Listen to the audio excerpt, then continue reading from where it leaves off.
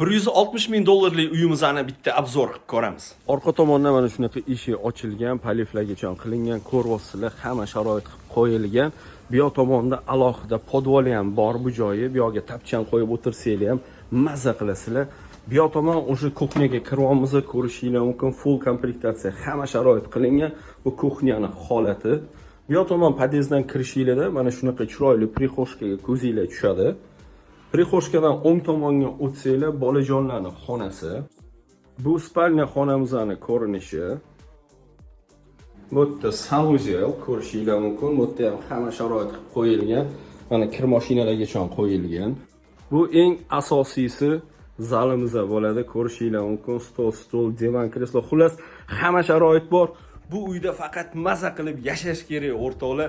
Narxini aytdim, joyi Drujbada eng chiroyli lokatsiyalardan bittasida joylashgan. Kimga qiziq bo'lsa, bemalol aloqaga chiqsanglar, joyimizni ko'rsatib baraka boramiz.